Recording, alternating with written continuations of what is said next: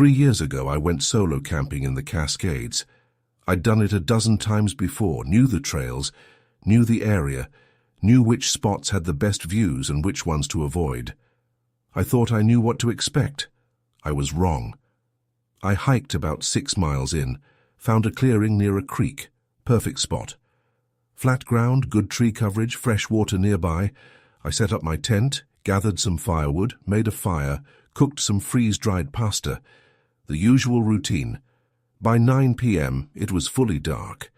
No moon that night, just my fire and about 1 billion stars, the kind of darkness you only get when you're miles from the nearest road. That's when I heard the first footstep, a branch snapping, maybe 30 feet away. In the trees. I stopped chewing, listened. Nothing. Probably a deer, I told myself, but deer don't pace, and they don't stop to breathe beside your head. I finished eating, put my food in a bear bag, hung it from a tree about 100 yards from my tent, standard protocol. I crawled into my sleeping bag around 10, tired from the hike, ready for sleep. Then I heard it again. Footsteps. Slow, deliberate, not the random rustling of an animal moving through brush. This was rhythmic, purposeful, heavy. Step, step, step, circling my tent. I lay completely still, didn't breathe, just listened. The footsteps continued, around and around, like someone pacing, taking their time. Then they stopped, right outside my tent, maybe 2 feet away from my head. Silence. I could hear breathing, slow, heavy. Someone standing there, waiting. I don't know how long it lasted. Felt like hours, probably minutes. I didn't move, didn't reach for my flashlight, didn't reach for the knife in my pack. I just lay there, playing dead, praying to whatever was listening.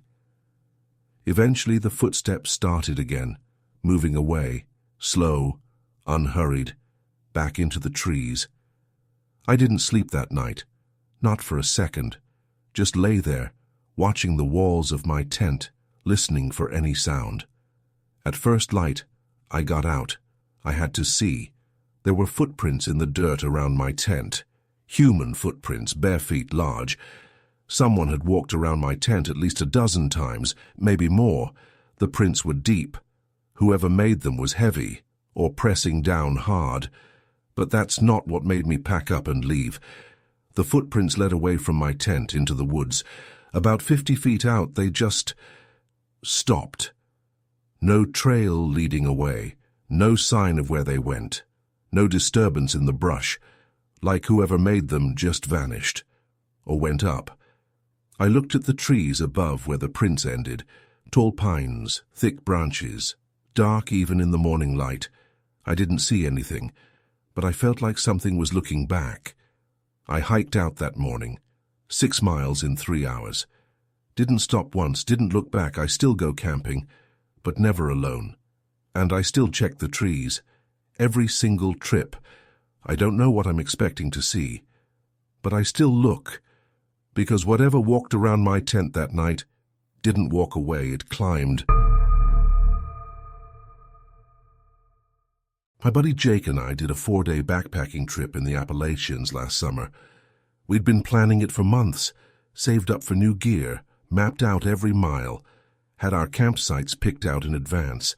Day 1 was perfect, clear skies, cool breeze. We made good time on the trail and set up camp near a stream around 5 p.m. Started a fire, filtered some water, everything going exactly according to plan. That's when we saw him for the first time, a man, maybe 50 yards away, standing at the edge of the tree line, just watching us. He was wearing a red flannel jacket, jeans, work boots, no backpack, no tent, no gear of any kind, just standing there, hands at his sides, staring. Jake waved. "Hey there." The man didn't wave back, didn't move, didn't acknowledge us at all. After a few minutes, he turned and walked into the woods. Slow, deliberate, like he had all the time in the world. That was weird, Jake said. I agreed, but we shrugged it off. People are strange sometimes. Maybe he was a local. Maybe he was just curious about the hikers passing through. We ate dinner, watched the sunset, went to sleep early. Day 2. We hiked about 8 miles. Harder terrain than day 1. By 4 p.m. we were exhausted, made camp on a ridge with a view of the valley below. I was setting up the tent when Jake grabbed my arm. Hard. Dude, look. I looked where he was pointing. The man in the red flannel, standing on the ridge, maybe 100 yards away, same clothes, same posture, same blank expression, just watching. We were 8 miles from where we'd seen him yesterday, on a trail that goes in a completely different direction. People don't just appear 8 miles ahead of you, not without a trail, not without a reason. "Hey!" I shouted. "What do you want?" He didn't respond, just stood there for another minute. Then he turned and walked away, disappeared over the ridge. That night we barely slept, kept hearing things, branches breaking, leaves rustling, sounds that could have been footsteps. Every time I closed my eyes I saw him, standing there, watching. Day 3. We pushed hard, 12 miles, longest day of the trip. We wanted to get ahead of whatever this was, put some real distance between us and that ridge. We made camp near an old fire tower, felt safer with the structure nearby, something man-made, something normal. Around sunset, I went to fill our water bottles at a stream about 100 yards from camp. I was kneeling by the water when I felt it, that feeling of being watched. I looked up. The man in the red flannel, standing on the other side of the stream, 20 feet away, close enough to see his face clearly. Same clothes, same blank expression, but his eyes. I could finally see them now. He wasn't looking at me. He was looking through me like I wasn't even there, like he was seeing something else, something beyond. He didn't look surprised to see me, like he'd been waiting. I didn't say anything, didn't run. Just backed away slowly. Kept my eyes on him until I was out of sight. Went back to camp, told Jake. We packed up that night, hiked out in the dark, 8 miles with headlamps, stumbling over roots and rocks. Didn't care about the trail conditions, didn't care about the risk. We just needed to be gone.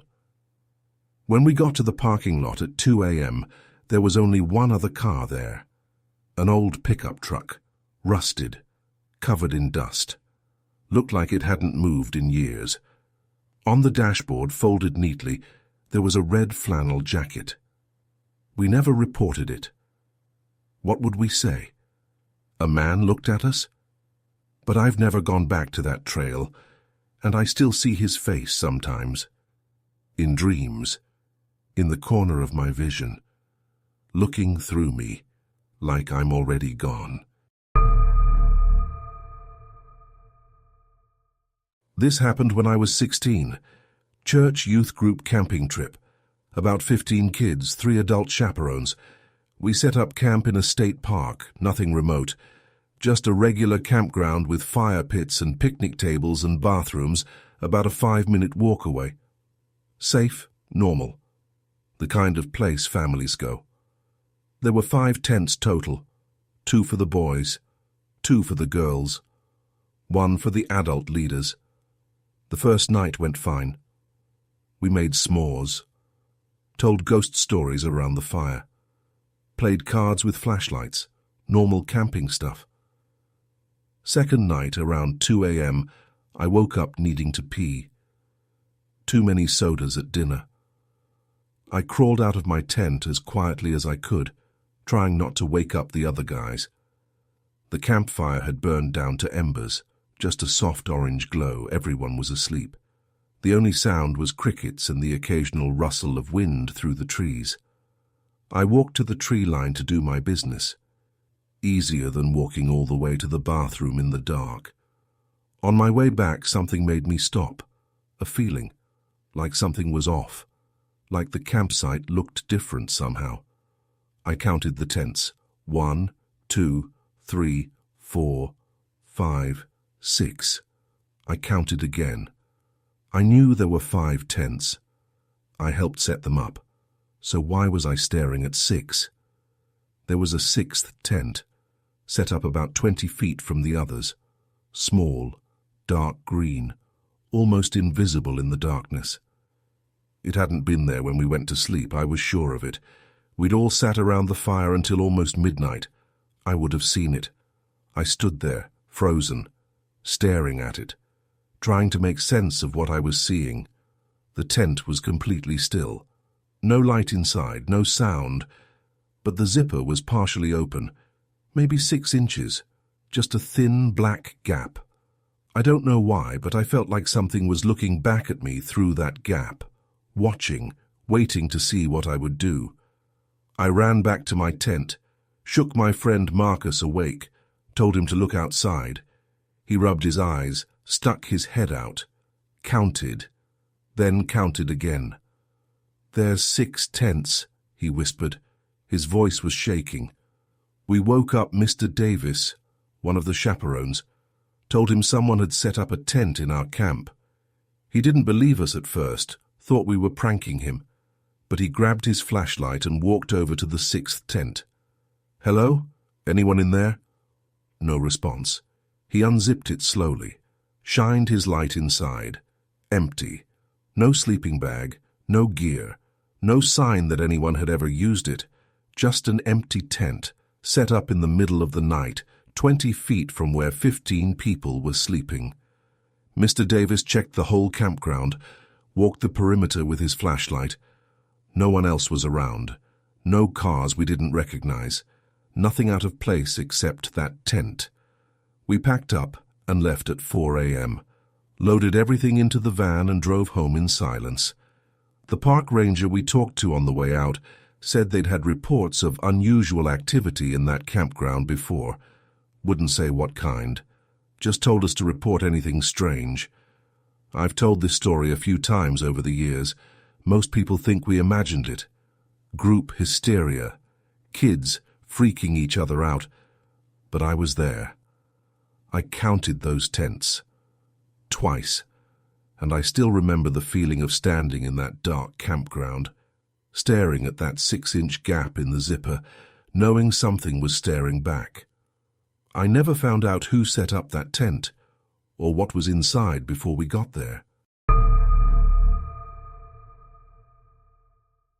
My uncle owns property in rural Montana, couple hundred acres of forest and meadow butting up against federal wilderness, no neighbors for miles. He bought it 20 years ago as a hunting retreat. He's got trail cams set up all over the property, maybe 15 of them. Likes to monitor the wildlife, see what's moving through, helps him plan his hunts. Last October, I went up to help him check the cameras and do some deer hunting. First day, we checked about a dozen cameras, drove the ATV from spot to spot, swapped out SD cards, changed batteries on a few. The footage was mostly what you'd expect. Deer, elk, a black bear with 2 cubs, a mountain lion at dusk. Beautiful stuff. Then we got to the camera near the North Ridge, most remote camera on the property. Takes about an hour to reach by ATV, then another 20 minutes on foot. My uncle popped the SD card into his laptop, started scrolling through the images. Deer, more deer. A coyote at night, eyes glowing green. Then there was a photo that made him stop. A man, standing directly in front of the camera, looking straight into the lens. Timestamp said 3:47 a.m. He was pale, thin, gaunt almost, wearing dark clothes. His face was completely expressionless. No fear, no curiosity, nothing. And he was standing about 3 feet from the camera, close enough to reach out and touch it. "Who the hell is that?" I asked. My uncle didn't say anything, just kept scrolling. The next photo was time-stamped 3:57 a.m., 10 minutes later. Same man, same position, same dead stare. He hadn't moved at all. Next photo, 4:07 a.m. Still there, still staring. Next. 4:17 a.m. Same. Maybe it was a glitch, I thought. Cameras mess up sometimes. That's what I kept telling myself. But glitches don't smile at the lens. This went on for 2 hours. 12 photos. Every 10 minutes the motion sensor triggered because he was standing there breathing, existing. Same man, same spot, same expression. At 5:47 a.m., the photos stopped. The next image was at 6:15 a.m. Sunrise, just trees and grass. No man. Like he'd never been there. My uncle's property is 15 miles from the nearest road.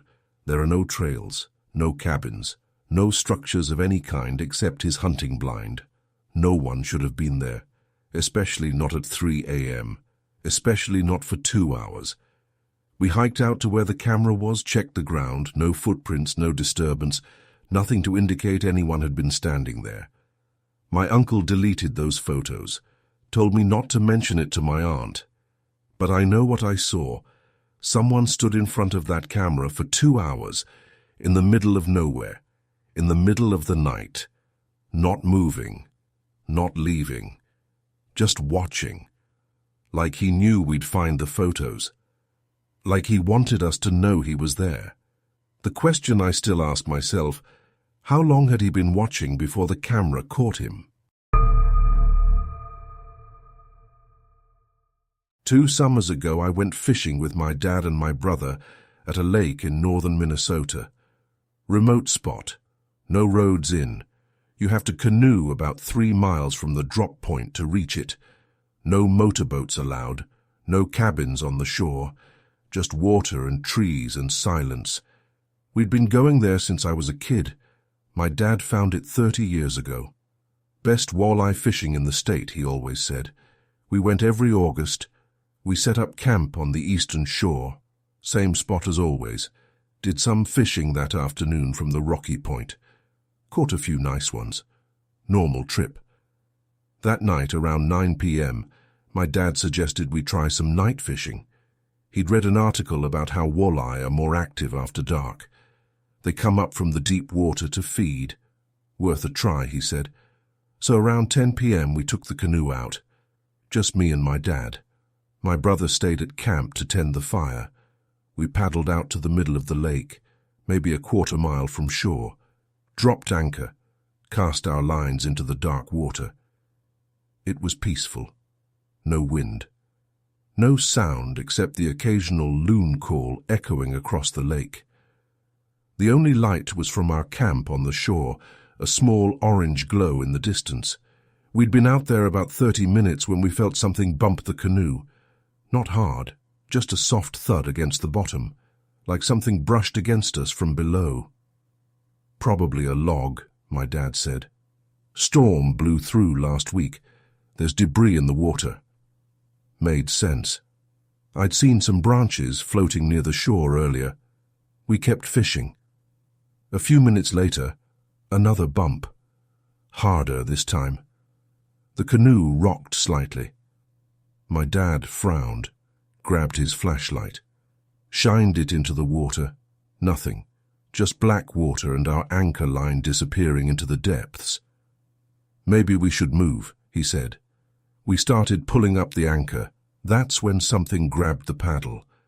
My dad was mid-stroke when the paddle just stopped, like someone underwater had caught it and was holding on. He pulled. It didn't move. Then it pulled back.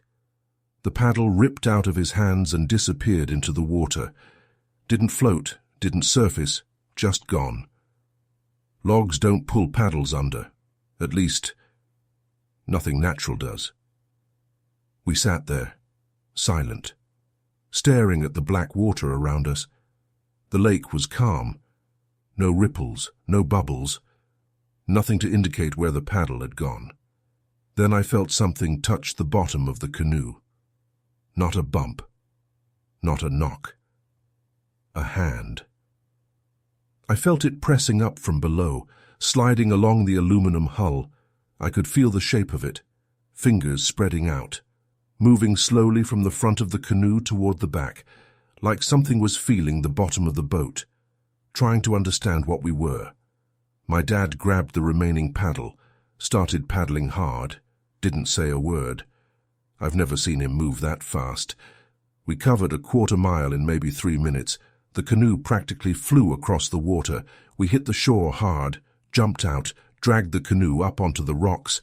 My brother came running down. "What happened? I heard you guys yelling." We hadn't yelled, at least I don't remember yelling. We didn't talk about it that night, just sat by the fire until sunrise. No one slept. In the morning, we went to look at the canoe. On the bottom of the hull on the outside there were marks, long scratches, 4 parallel lines, running from the front of the canoe all the way to the back, deep enough to see the metal underneath the paint. Like something had dragged its fingers along the hull, slowly, deliberately.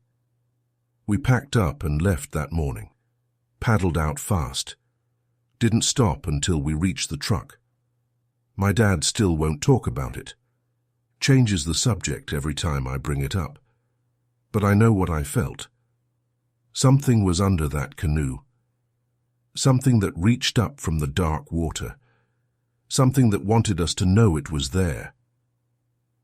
I still wonder what would have happened if we'd stayed on that water another 5 minutes.